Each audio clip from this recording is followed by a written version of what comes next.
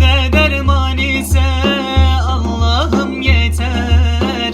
Bu nefsi hayriyle ıslaha geldim, ıslaha geldim. Şu nefsim darıldı, eyle bir yardır. Sefinem sel aldı, deryada kaldı.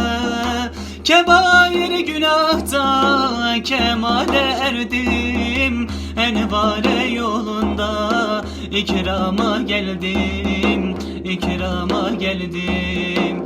Kebair günahta kemale erdim. Envare yolunda ikrama geldim, ikrama geldim.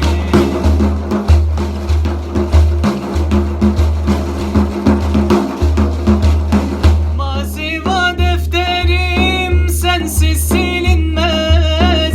Emirsiz abdine ihsan olunmaz. Kapından başka bir kapı bulunmaz. Yüzü yere vurmaya dergaha geldim, dergaha geldim. Kapından başka bir kapı bulunmaz. Yüzü yere vurmaya dergaha geldim, dergaha geldim. Şu gönlüm darıldı, eyle bir yardır. Sefinem sel aldı, deryada kaldı. Kebair günahta kemale erdim. Envare yolunda ikraha geldim, ikraha geldim. Kebair günahta kemale erdim. Envare yolunda ikraha geldim, ikraha geldim.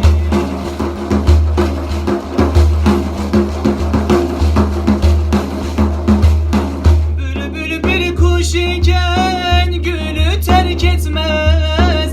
Allah kapısından kulu reddetmez. Zerre günahıma kudretim yetmez. Yüzü yere vurmaya bir şaha geldim, bir şaha geldim. Zerre günahıma kudretim yetmez. Affu berat için bir şaha geldim, bir şaha geldim.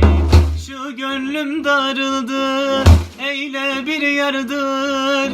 Sefinem sel aldı, deryada kaldı. Kebair günahta kemale erdim. Envare yolunda ikrama geldim, ikrama geldim. Kebair günahta kemale erdim. Envare yolunda ikrama geldim, ikrama geldim.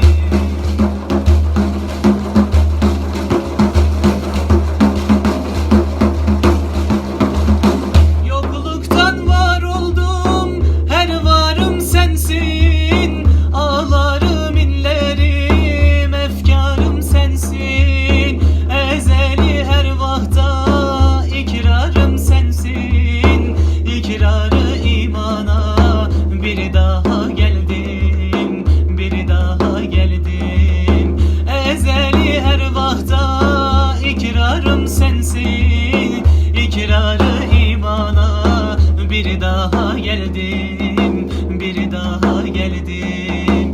Şu gönlüm darıldı, eyle bir yardır. Sefinem sel aldı, deryada kaldı. Kebair günahta kemale erdim.